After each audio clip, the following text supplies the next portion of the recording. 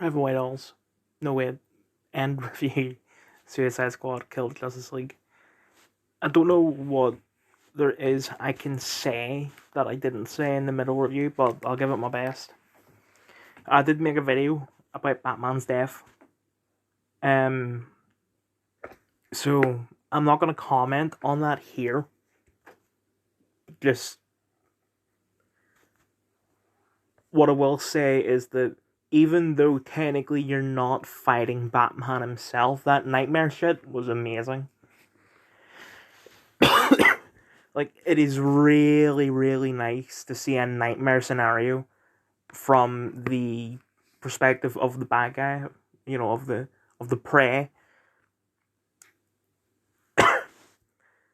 Like, when the expiration for the copyright on Batman ends in like 2035, I guarantee you someone is going to make a horror film, and it probably won't be good, but the potential is there. The Green Lantern fight, I wasn't the biggest fan of. I don't. Did they give an explanation?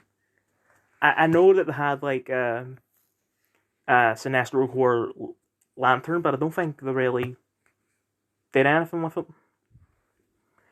And the fight itself wasn't as, like, it was nowhere near on the difficulty level as the Flash. The Flash wasn't like hard, but by comparison, the Green Lantern fight was piss easy. Superman was a bit challenging, but I did it without dying. And Brainiac was piss. I don't like the fact that they had that, like, Elseworlds shit. Like, they've got 13 different Brainiacs working together. I don't mind the multiverse stuff, but I don't like that because it just, I had a feeling it was kind of obvious that you're not gonna fight 13 different Brainiacs. And I guess it would have been fine if it was an infinite amount of Brainiacs and it just ended with them being like, oh, well, this is our life now. Like, that could be done really well. But what I think they're going to do is that they'll have, they're bringing out the Battle Pass, sorry, fuck. I keep on saying Battle Pass. It's not a Battle Pass, although they probably will have one. They're bringing out Season 1 of the game, and they'll introduce a Joker that's not Joker from the Arkhamverse because, dead. It's a Elseworld Joker. So I think what they'll do is, Season 1, they'll bring him in. There'll be, I don't know how much plot they'll put into it. It could just be like the way the Siege has a cutscene and that's it.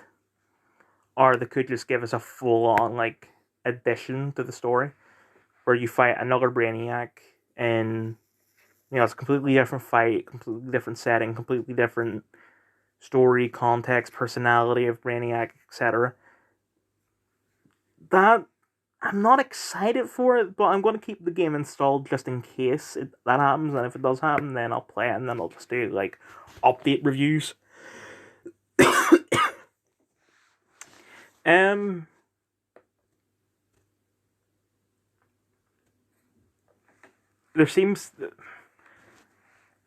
There was a theory going around that the man told me about, that, Brainiac actually couldn't capture the Justice League, so he created clones of them. And the evidence was the fact that Boomerang had cut off the Flash's finger before he was converted. And then during the fight, apparently he still has his finger, but that's just going to be like an error. Like, they forgot about that part, so they just, they forgot to animate 9 fingers, and they put in, the 10th finger accidentally.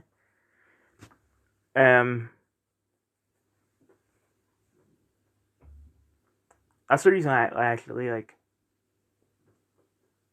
put my focus into beating the game, because Ben Man wanted to tell me shit. There was also an Easter egg where there's a bunch of different calendars in the game, and they all have different dates, and if you do some shit, it will spell out "he will return" with a bat symbol at the end of it. So,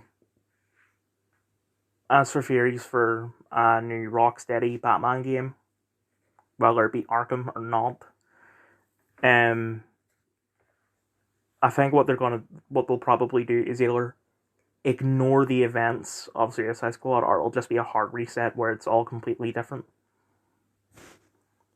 If they do that, I would like to see some people from Arkham Origins returning, because, Kevin Conroy is dead, so he can't do Batman. Mark Hamill is no longer doing the Joker because he doesn't want to do it with anyone but Kevin Conroy.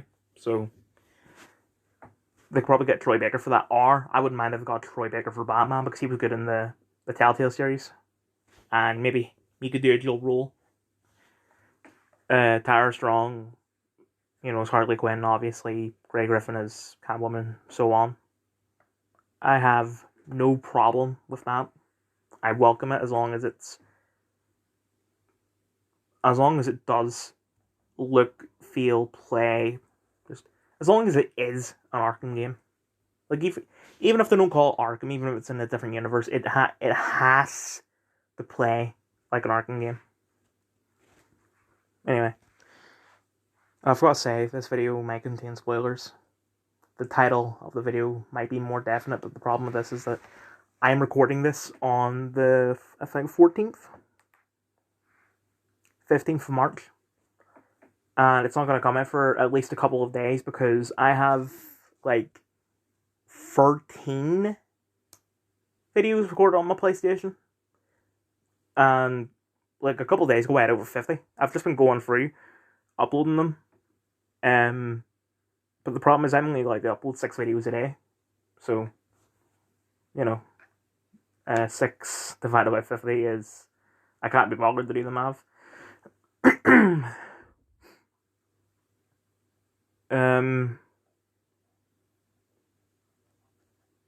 So yeah, once I've uploaded all of those, I'll start uploading things on my phone.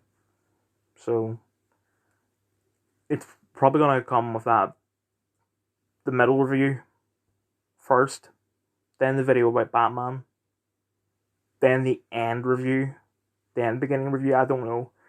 I don't know what the order is for what I'll do from my phone. I'll probably will do it in reverse chronological order, just because it's easier for me.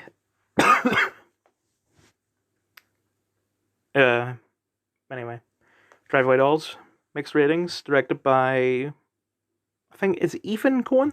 Let me check. Yeah, Ethan Coen. I watched it in cinema. Margaret Qualley, Geraldine Fitzwaterman, Pedro Pascal, Matt Damon, Miley Cyrus.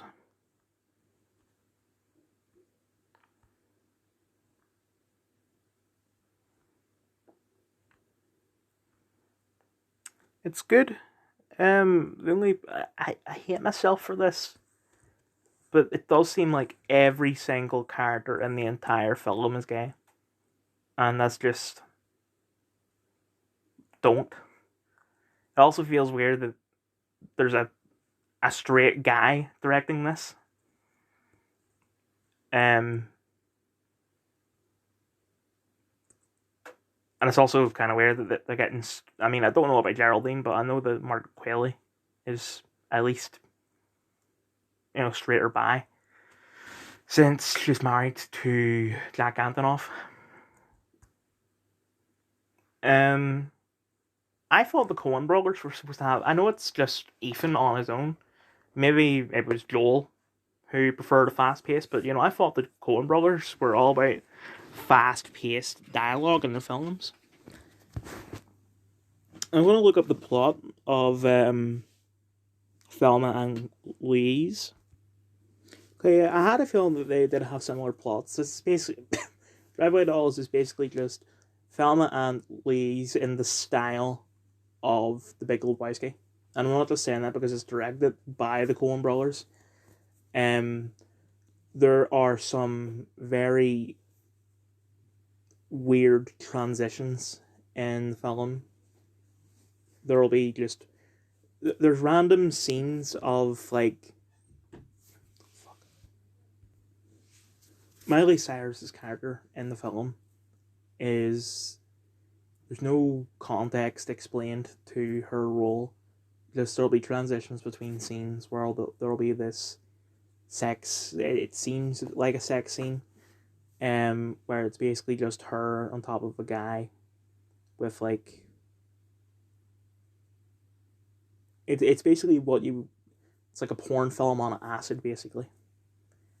Um,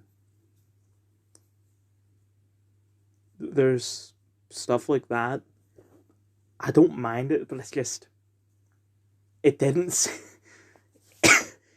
It doesn't seem like the type of film that would do that. Like, you know, the Coens don't do that in their other comedies. Like, I think, as far as I remember, out of all the Coen Brothers films that I've seen, the only one that has ever done anything like that is The Big Lebowski. Like, Fargo didn't do it, Intolerable Cruelty didn't do it, Oh Brother Where Art Thou didn't do it, Raising Arizona didn't do it. It's only Big Lebowski. I don't get why he decided to do it with this. Because with Big Lebowski, it makes sense. He's high as fuck. It is a storm movie, but with this, it's not. They're not high as fuck. Except for on Love. And speaking of love, I don't like the fact that the Geraldine's character fell in love with Jimmy.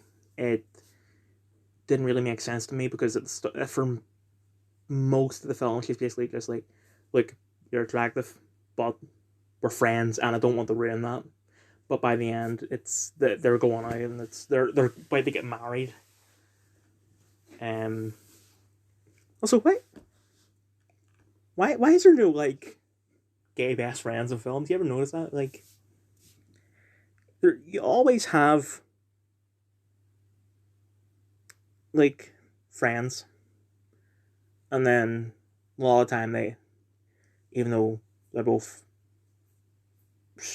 kind of straight, they both end up going out. And I mean, even if they were gay, just, you know, there's never any best friends. They're always going out and getting married and shit. I just it's repetitive. It's old. I'm tired of it. But despite all that, I still do quite recommend it.